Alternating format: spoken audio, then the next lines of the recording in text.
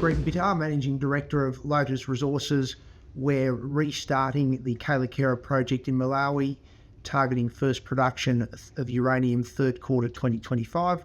We're also working on our second project, Greenfields project in Botswana, Kayelekera, with an exciting large resource, long mine life potential that project offers us. Greg, good to see you, sir. Good to see you indeed. And look, we're about to talk about how things are progressing on the ground and, the next new producer for uranium in the sector. But for us, we've got to start with, the clarification from the Ministry of Malawi. We had a sort of, I get a nervous 24 hours, didn't we? Matthew, straight into it. Why not? It was a momentary patch of nervousness, but I think it was quickly clarified that the government of Malawi has been struggling to regulate the artisanal gemstone sector.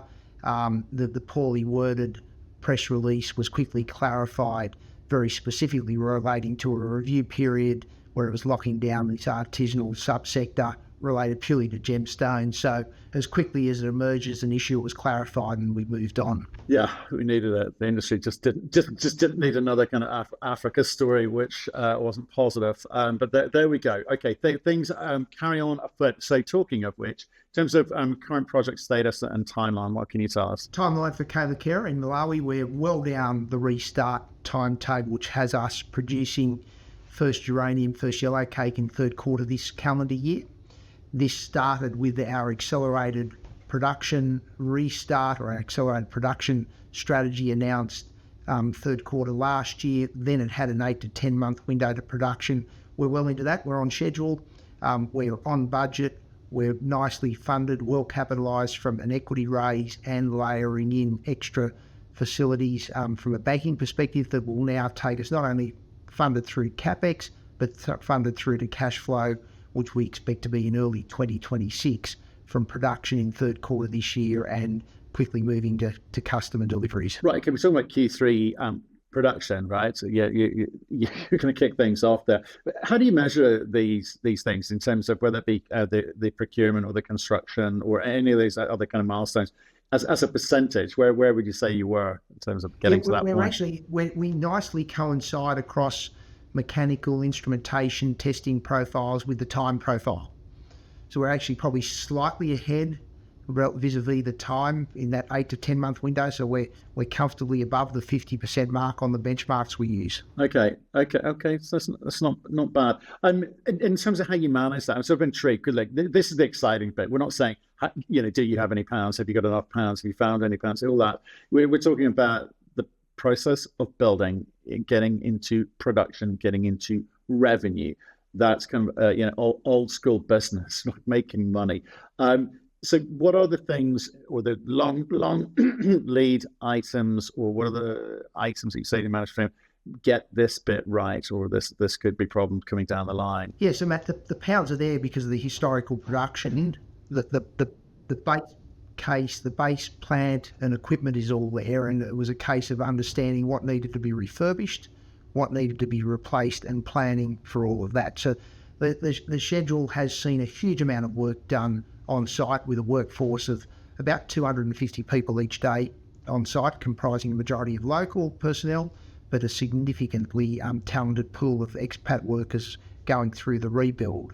There were key equipment orders that were placed very early on. We're going to produce a calcine product, so we needed to design and manufacture a calciner, along with all of the appropriate infrastructure that sits at the end of the processing, so the production of yellow cake. And then stepping back into the main processing arena, there's a few big ticket items that we're addressing. We're rebuilding the acid plant, so we'll start on imported sulfuric acid, but before the end of this year, we expect the acid plant to be commissioned, and we'll switch to our own production of sulfuric acid. And then there's a whole range of things around overhauling the on-site power station, the diesel gen sets.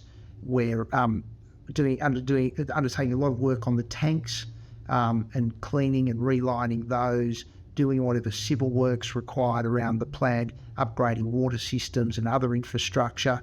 We've got a lot of work going on in the mill, the motors, and the mill reline and the mill testing. So there's a whole sequence of work culminating in the finalisation of the last stage of the processing plan, that is the drying and packaging area. And when that's brought online, we will start the mill comfortably in the third quarter. Right. So in terms of kind of like the supply chain itself, obviously we've come off the back of sort of 4 years of COVID hit supply chain, I guess, delays. What is there any sort of legacy to that? I mean, other than I guess price increase, have routes to market and being re-established? How have you wended your way around that? Yeah, we didn't notice it specifically as a function of where we left COVID and the impact that COVID had on the supply chains. Certainly there is just the planning challenges around Malawi and understanding the cost profile, and we quickly understood all of that as we engaged with manufacturers, steel fabricators, equipment makers, various engineering groups. Bear in mind, through 2024, we'd taken a DFS that had been completed in 2022 and went down the feed path. So that feed program gave us a lot of the detailed design work and a lot of the thinking around the specifications to go out and place orders. So the orders for the scrubbers, the calciners, other key equipment, long lead items that we really needed to tackle late last year, and we did that, or through the third and fourth quarter of last year, we did that. That gave us confidence around the schedule. It also gave us firm prices, so we could lock those in. We then ran tender processes around the mining contract, where we negotiated a tariff arrangement with the utility in Malawi that we'll eventually buy grid power from. We're seeing what it costs to have expat labour from South Africa on site. So we've slowly de-risked it from a schedule and a cost, both capital and operating costs, because of what we're doing.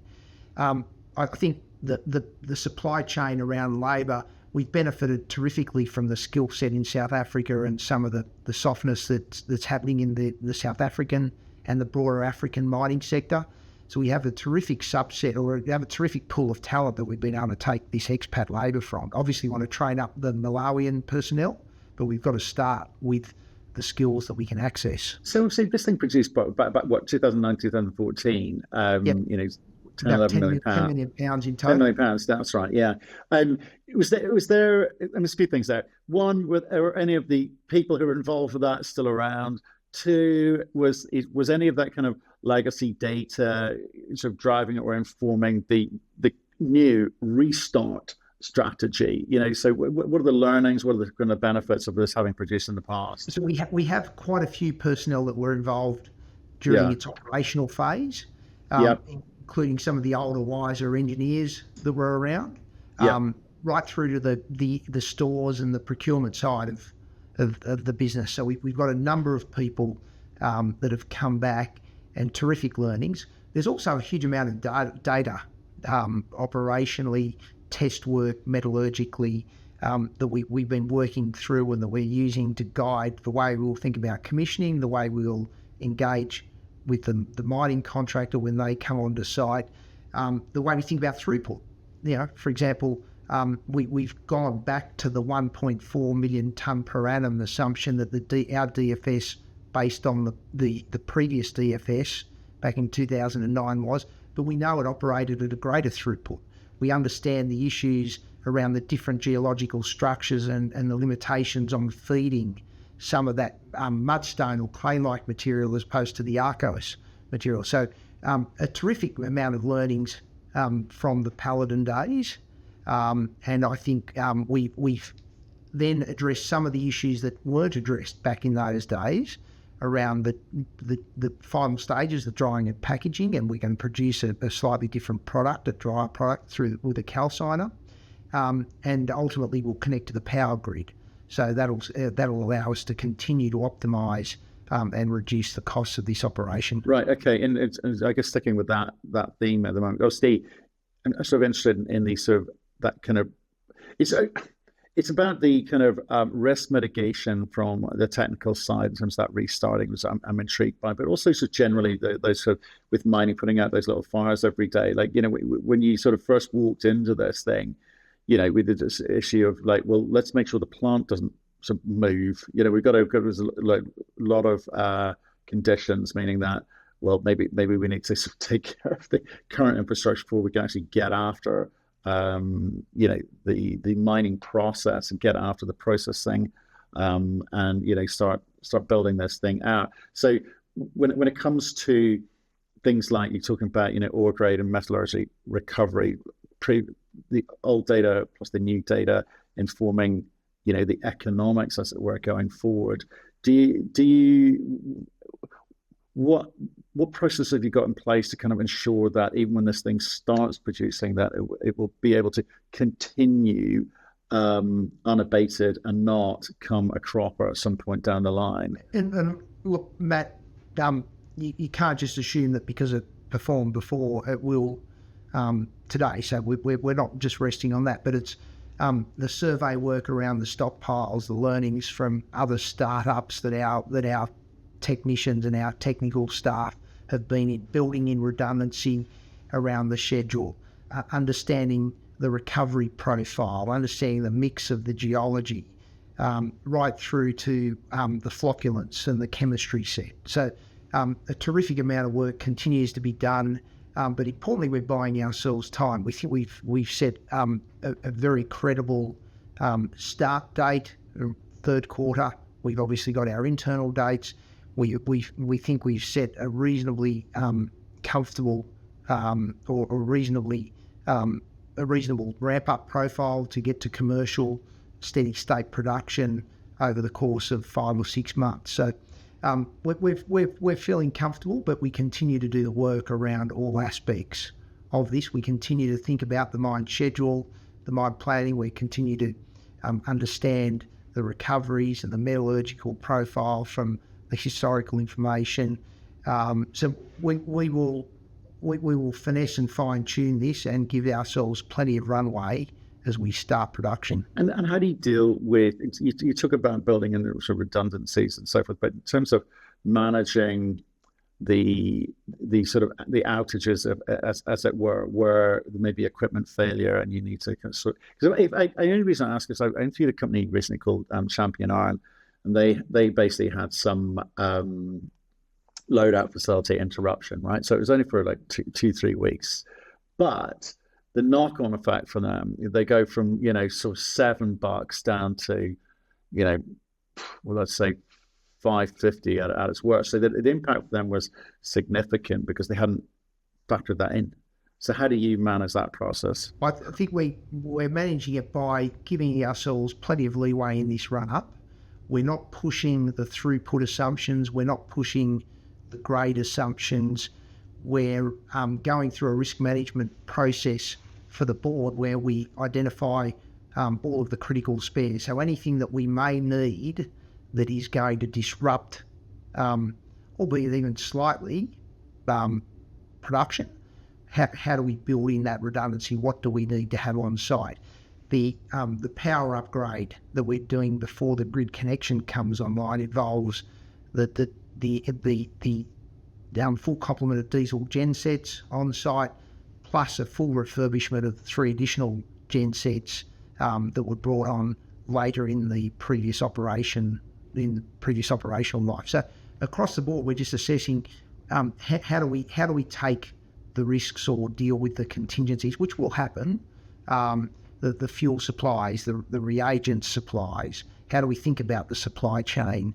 Where are our multiple suppliers of the key reagents and acids and everything else? So a lot of work is going on to manage the risk of what you've described. It's kind of interesting, isn't it? Because I think what we saw during COVID period, and hopefully we'll stop talking about COVID soon, but it generally is, we saw this move from sort of just in time through to inventory building because the supply chains were all bolstered up. But it was a sort of salutary lesson there, I think, as well. And maybe there's some residual effects of that. I mean, do you think there will be in terms of the way that you treat your balance sheet that way? Yes, I think very, very prudently approaching the balance sheet. I think there is a working capital cycle here that we're thinking about, and that through predominantly relying on the equity that we raised last year and laying sensible facility structures into the balance sheet, which we've announced, and we continue to work on to finalise these banking facilities.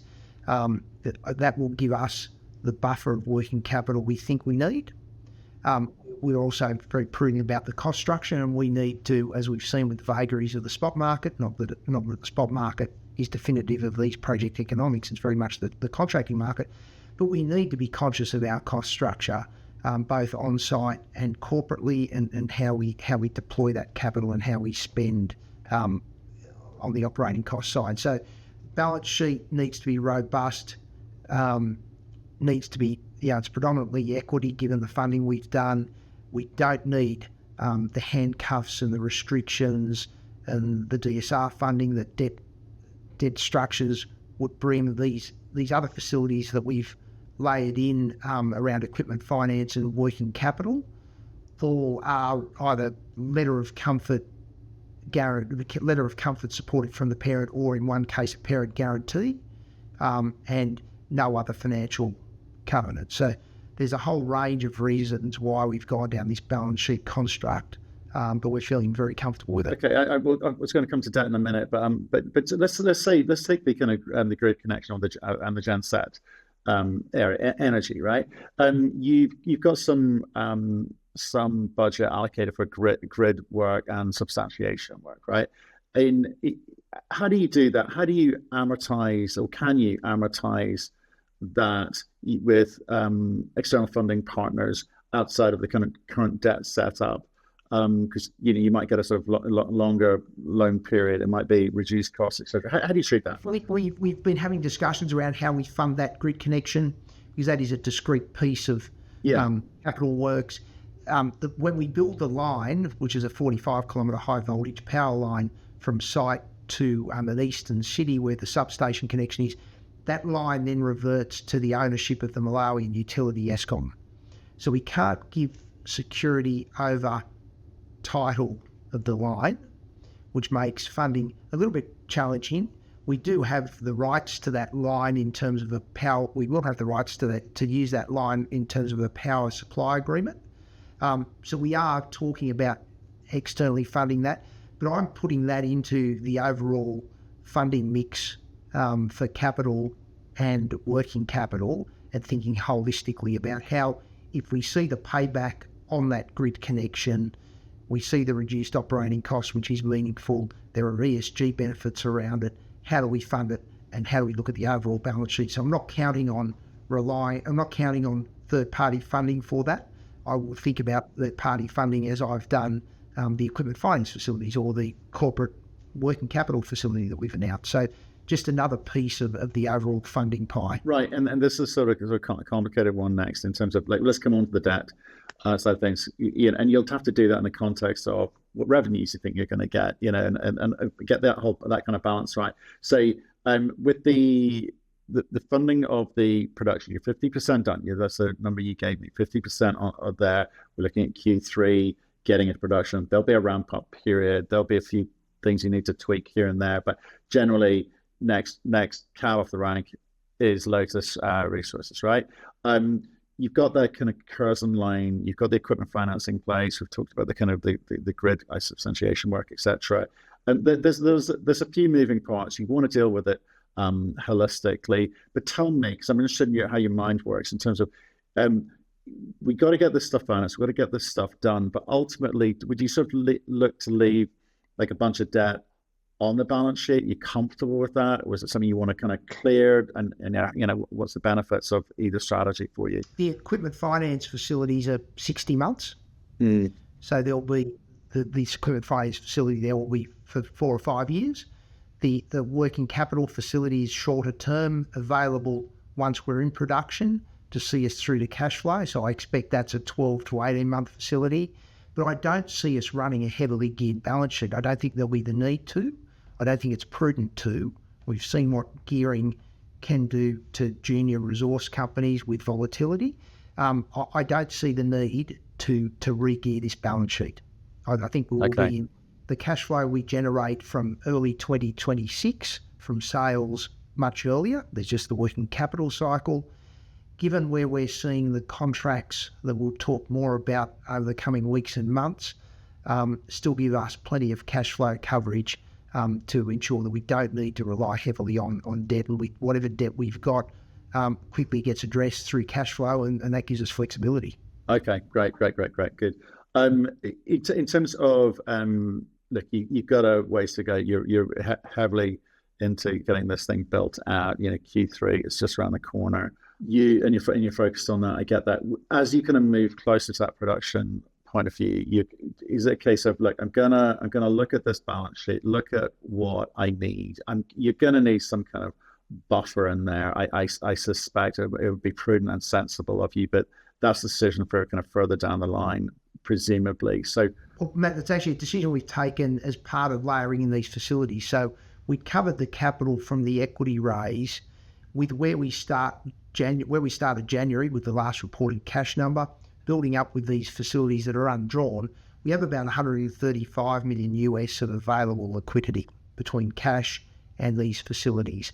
Then you take out the capital profile, the pre-production non-capital expenditure, and even allowing for corporate costs, we're still at a liquidity buffer of about 45 million US, which we think allows for the ramp-up pounds to be produced at a higher cost because we don't have the grid connection and we're importing sulfuric acid, and allows us that 4 to 5 month window before we see cash flow. Right. Okay. I suddenly remembered a question I meant to ask earlier, which is right. We're talking about a lot of the things that we're sort of mostly in control of, or feel we're in control of.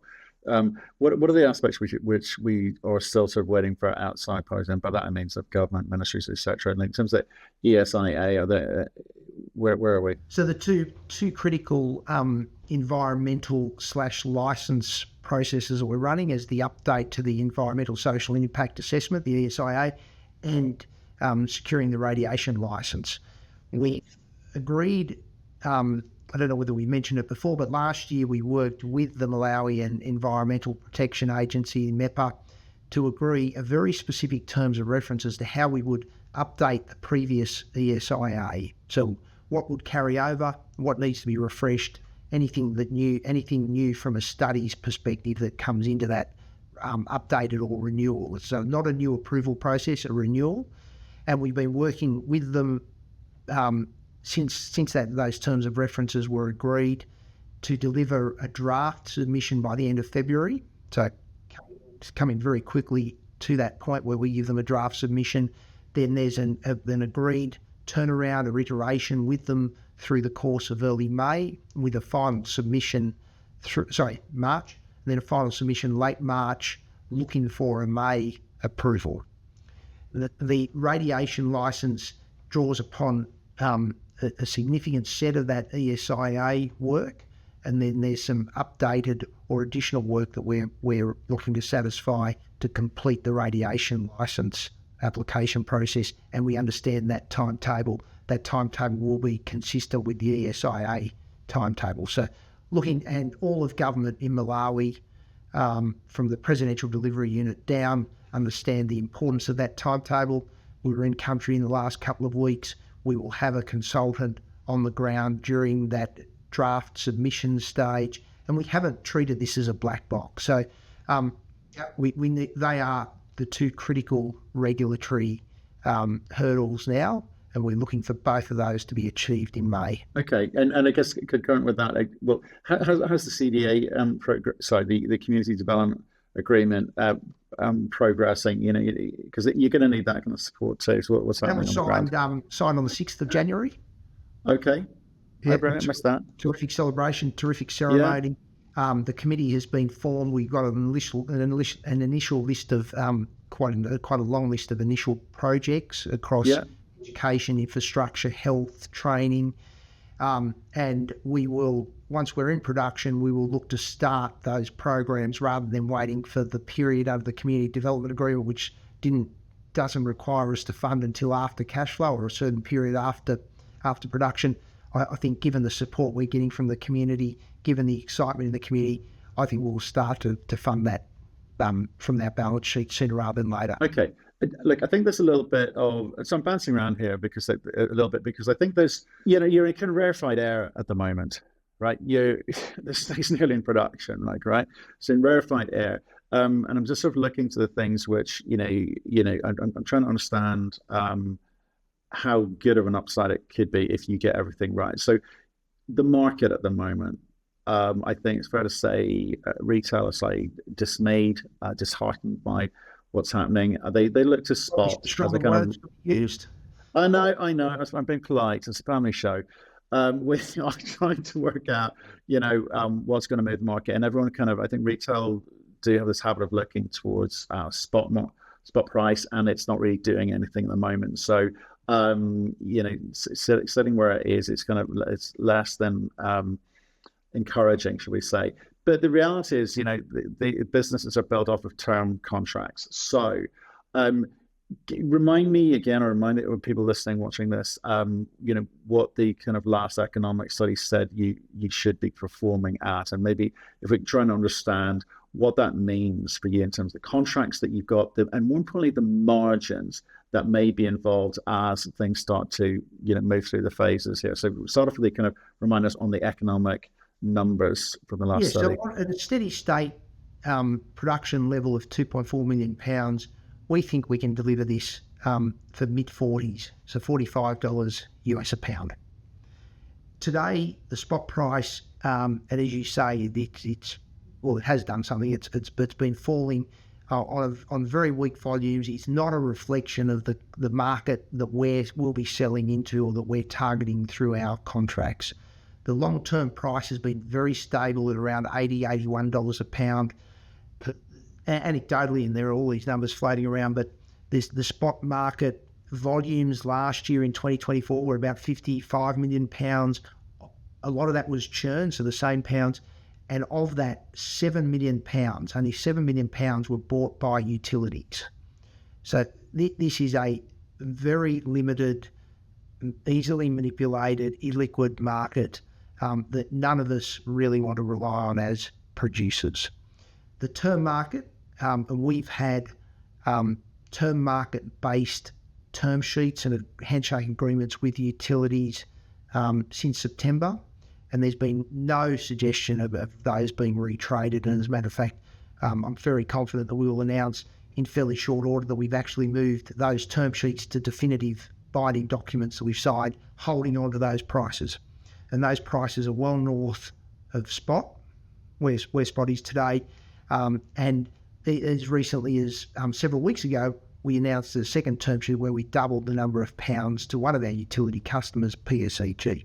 So there's a complete disconnect between the contracting term market and the vagaries of this peculiar spot market that it's the only transparency, and it's not really transparent. It's not transparent when it comes to the market, but it's the only visual or identifiable thing that most investors, certainly retail investors or smaller investors, have any visibility on. So you've really got to keep that in context. And I'll be very pleased when we announce that we firmed up these term sheets into binding agreements and announce more that demonstrate that prices are decoupled from the spot market. And they never were coupled to the spot market. They were coupled off a term price that has been very robust at $80, $81 a pound.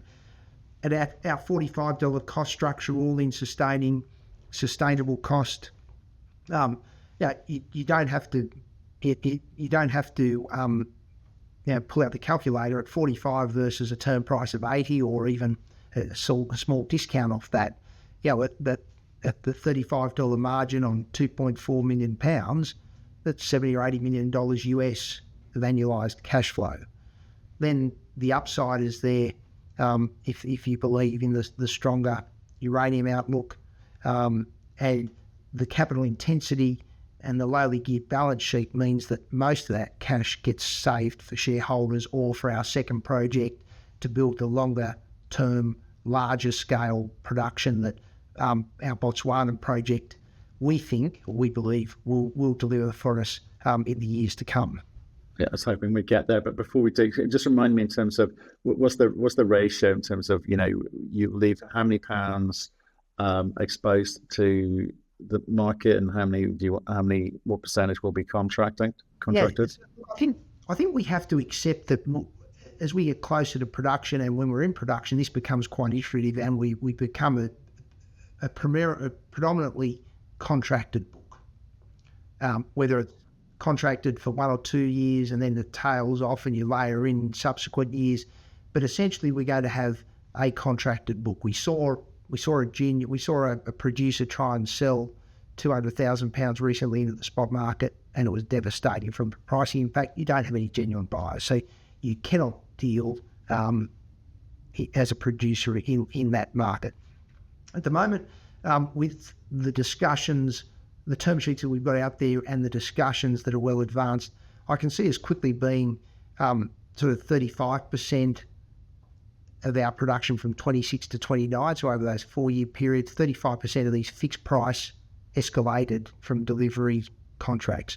We are engaged and actively pursuing market-linked contracts, so take a slightly lower floor, get some spot exposure up to a nice ceiling, working comfortably above 100 is where I think we can get, and I'd like to layer those in such that as we go through the middle of this year and as we start production, then I'd like to see a contracting book shoot well above 50%. And that gives us terrific C1 coverage, and it locks in that margin, and then I think it becomes an iteration where we become predominantly covered as we look out into the immediate years of production. Okay. Let's get on to Letlhakane in Botswana. What's the game plan here? Because, like I say, you got to get focused on Kayelekera clearly, but how much time, money, effort is being sent that way down to Letlhakane? Yes, Kayelekera becomes the funding vehicle. So it's a self-funded universe of 2 highly complementary projects. We'll get longer life from Letlhakane and a step up in production. There's several years of development before we make an investment decision around that. We completed an infill drill program last year, which then allowed us to upgrade the resource, more weighted towards indicated. That drill program delivered exactly what we hoped it would, and that was demonstrate continuity and grade of the resource. We will talk more about where we see the feasibility or the studies work going on that project. But there are 2 areas that we're focused on: understanding how we optimise the mining. This is to get to the necessary cut-off grade. It's a significant. It's a reasonably deep resource, so open pit, deep, high strip ratio. It's also a high acid consuming ore. So this is a large heap leach operation. We've tried a couple of things that have us stuck in or dealing with this heap leach processing path. We will simplify the processing flow sheet and optimise the acid consumption through some test work that we've just literally started in the last week or so at a facility that ANSTO has at Lucas Heights in New South Wales. So a large bulk sample that we managed to get out of Botswana, about a tonne. It's being prepared, and over the next several months, we'll run a series of column leach test work to understand how we simplify the flow sheet and how we really address the acid consumption of this ore body. So I just need a little bit more time through the middle of this year, then talk about how we see a PFS evolving from that. So how do we see the feasibility pathway? In terms of that spend, that test work spend is quite modest, several $100,000. We'll do some. I think we'll be back on the ground in the second half of this calendar year in Botswana as we do more drilling and shore up and continue to improve and upgrade that resource to support some feasibility work, both from an infill, but I think there's some interesting exploration targets as well. And we'll also be back on the ground in Kayelekera in 2026 or in Malawi, a near mine exploration and some regional tenements that we've picked up in Malawi that are within a reasonable radius of the processing plant. So there is more to come on the exploration front. I think what we need to do is get into production third quarter, and then we can step out and think a little bit more boldly about the future plans beyond Kayelekera. Okay, well, I will give you the time. We'll come back to that, Kani, and And also, I think come back to, you briefly said, maybe M&A as well, because I think it's a very interesting space at the moment in terms of there's a lot of projects, I won't say companies, projects, which seem to not be getting the attention or the valuations that perhaps they could, and a company with money may be able to unlock that value. But that's for another day. Just finishing off one, because it's where we started with regards to the relationship with the Malawian government. I think you painted a picture of something which is, good. You talk with them. You speak to them regularly. And I ask this in the broader context of Africa. If I look at North America and Australian and European investors, they sometimes think Africa is one country. So whereas in terms of the kind of mining licenses, regulatory approvals, government policies changing, etc., Malawi, for you, continues to be what business as usual and a good place to work, or as there's recent things have unsettled even you? No, I think the recent event, which was a mistake, but it showed the depth of our relationship, being able to engage overnight Australian time. Well, let's be clear about mistake here, Greg. I want to be clear. I don't want the people to go away with any misconception or read between the lines here. When you say mistake, it was just, we're talking a badly written announcement, or was it they did it thinking that'll be fine, but they had to backtrack on their thinking? No, which was it? The announcement didn't reflect the intention. All along, the intention was to target this very, very specific subsector, junior prospectors, the artisanal miners that are tackling the gemstones, and doing that illegally. The government's missing out on royalties, and the foreign currency is not coming into the country. So very specifically targeted that. That's why the retraction was issued so quickly, within hours. It was just an ill thought out press release, not tackling what they actually wanted it to tackle. Okay, so understood. Really clear. The government relations at the senior level showed that we can clarify that very quickly, and then they understand and will listen to the implications, and hence what they need to do to address it, and hence the clarification notice, which came out in fairly short order. Yeah, Greg. Well, I appreciate the update. Exciting times for you. Q3 production. I think that's all we need to say, really. Q3 production, fully funded. Fully funded. We'll see you again soon. Thanks, Greg. Bye. Bye-bye.